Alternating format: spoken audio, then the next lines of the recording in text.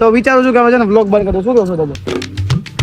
જય શ્રી કૃષ્ણ, કેમ છો બધા? આઈ હોપ તમે બધા મજામાં હશો. અત્યારે છે ને વાગી ચૂક્યા છે સમથિંગ કેટલા વાગ્યા છે જોજો 17:43. એટલે 17 એટલે કેટલા ત્યાં 5:43 જેવું થયું છે.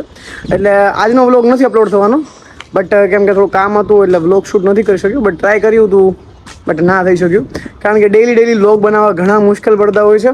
અને કાલનો તમે વ્લોગ જોયો હશે કે તમારા ભાઈ આઈફોન નવો ફોન લીધો હતો. જો આજ ફોન હતો ને, ચાલુ જ ફોન છે, બંધ નથી થતા. જોજો ખોલે ભાઈ. ઓકે, ફોન તો ચાલુ જ છે, સારો ફોન છે. બટ એમાં એવું છે કે આ ફોનનું મેં પ્રમોશન કર્યું છે. આ ફોન શું કે ડેમો ફોન છે, એટલે ફોન ચાલુ જ હોય પણ ડેમો ફોન છે. આનો વિડીયો શૂટ કરવા માટે આપણે લીધો હતો. બાકી તો શું કે ભાઈ, ફોન નથી લીધો તમારો ભાઈ. લેશું, વાર લાગશે, ઘણી વાર લાગશે. એક આઈફોનના માણે હપ્તા ભરું છું. રિયાલિટી સાથે વાત કરીશ, ખોટી વાત આપણે કંઈ નહીં કે ભાઈ હા આવું છે, બટ એવું કંઈ નથી. અને શું કહેવાય, બસ આ મોબાઈલ ખાલી યુઝ માટે લીધો છે, પાછો રિટર્ન કરી દેવાનો છે. અને અત્યારે અમદાવાદનું વાતાવરણ તમે જોઈ શકો છો, ગુમ્મસ થઈ ગયું છે, જરફર વરસાદ ચાલુ છે. અને અત્યારે હું ધાબા ઉપર આવી ગયો છું અને બહુ પવન સારો છે. અત્યારે વાગી ગયા છે 5:45 જેવું થઈ ગયું છે. લાગે છે આ વખતે નવરાત્રી આ વરસાદ બગાડવાનો છે. કાલે બી વરસાદ હતો, આજે બી વરસાદ તો છે જ એવું લાગે તો છે. ચાલુ થઈ ગયો ધીમે ચાલુ થઈ ગયો છે. અને હવે મસ્ત મજાનો પવન પણ આવી રહ્યો છે અહીંયા. અને આ સવારનો કોલેજ ગયો હતો, પછી કોલેજથી ઘરે આવ્યો, પછી મેં બ્લોગ બનાવી નાખ્યા. અને તમે જોઈ શકો છો આ છે GMDC ગ્રાઉન્ડ. અહીંયા જોરદાર નવરાત્રી થાય છે અમદાવાદની, બહુ સારામાં સારી નવરાત્રી અહીંયા થતી હોય છે. અને તમે જોઈ શકો છો કે કેટલા એરિયામાં જોઈ શકો છો કે કેટલો બધો એરિયો છે. આ પાર્કિંગ છે, આટલું મોટું પાર્કિંગ રાખવામાં આવેલું છે અને આટલો મોટો એરિયા છે. અને અહીંયા ગરબા રમાય છે. બટ એવું લાગી રહ્યું છે કે આજે વરસાદ છે, એટલે ચાલુ થઈ ગયો છે વરસાદ. અને હું ધાબા પર છું, 10th ફ્લોર ઉપર છું અત્યારે. અને લાગી રહ્યું છે કે આજે વરસાદના કારણે નવરાત્રી બંધ રહી શકે છે. અંબાલાલ કાકાની જે આગાહી છે એ લાગે છે કે સત્ય સાબિત થવાની છે. કાલે બી વરસાદ હતો, આજે બી વરસાદ છે. કાલે બી ઘણું શું કહેવાય નુકસાન થયું છે.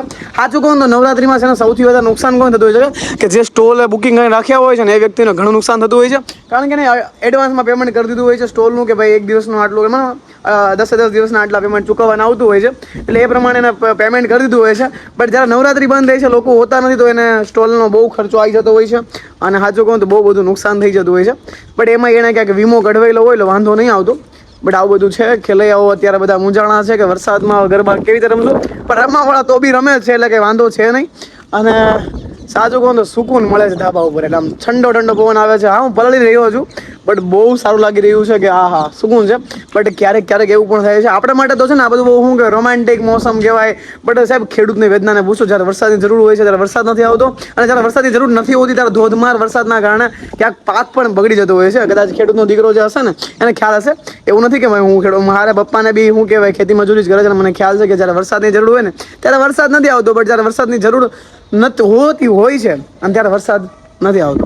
ન હોય ત્યાં આવવાનો હોય ત્યાં તમે સમજી ગયા ને. બસ થોડુંક બોલવા મિસ્ટેક થઈ ગઈ છે, બટ ચાલે લાગે. અને અત્યારે મસ્ત મજાનો ફરી રહ્યો છું. તમે જોઈ શકો છો કેટલો મસ્ત વાતાવરણ ને કેટલો મસ્ત પવન આવી રહ્યો છે. એટલે સારું વાતાવરણ છે, એટલે આપણે એન્જોય કરીએ છીએ, ધાબા ઉપર છીએ.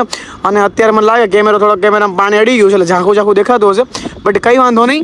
હવે શાંતિથી નીચે જઈએ. આજનો બ્લોગ આપણે શું કહેવાય 5:45 વાગે ચાલુ કરીએ છીએ. આ બ્લોગ કાલે અપલોડ થવાનો છે. વચમાં એક દિવસનો બ્રેક લાગી ગયો છે કારણ કે બ્લોગ અપલોડ નથી થયો. તો ચાલો મળીએ છીએ થોડી વારમાં. તો ફાઇનલી ગાઈઝ નીચે આવી ગયા હતા. વરસાદ જેવું વાતાવરણ છે, અંધારું થઈ ગયું છે, વાગી ગયા છે 7:15 જેવું થઈ ગયું છે. આપણે હનુમાનજીની આરતીમાં જઈ રહ્યા છે ને અત્યારે છે ને પાણી આમાં બધું ભરાણું છે ધીમે. તમે જોઈ શકો છો. એટલે વરસાદ ધીમે જરફર આવે. શું જવું સૌદાસભાઈ, નવરાત્રી કેવી જવાની છે? જય મુરલીધર. આજે લાગે છે કે લોકોની આશામાં પાણી ફરી વળે છે. અંબાલાલ કાકાની આગાહી કેવી લાગી તને? અંબાલાલ કાકાની આગાહીથી લાગે છે કે જે રમનારા લોકો છે, નવરાત્રીમાં રમનારા લોકોને નિરાશા થશે, કેમ કે ઠંડુ વાતાવરણ થઈ ગયું છે અને વરસાદના લીધે રમવામાં એવી મજા ના આવે. બરોબર છે. તો ભાઈની વાત 100% વાત સાચી છે. અત્યારે લોકો ટેન્શનમાં હશે કે રમવા જઈએ કે ના જઈએ, કારણ કે જશું તો પછી ચણિયા ચોળી બગડશે એવું થશે, કેમ કે ગારો બધો જામી જાય અને મેકઅપ એટલો બધો ધોવાઈ જશે, એટલે પછી રિયલ ફેસ સામો આવવાનો છે. એટલે વિચાર લેજો ગર્લ્સ, ખાસ કરીને તમે કે વરસાદમાં જવું કે ન જવું. પેલા આપણે સૌપ્રથમ મહાદેવના હનુમાનજીના આરતીમાં જઈએ ફટાફટથી.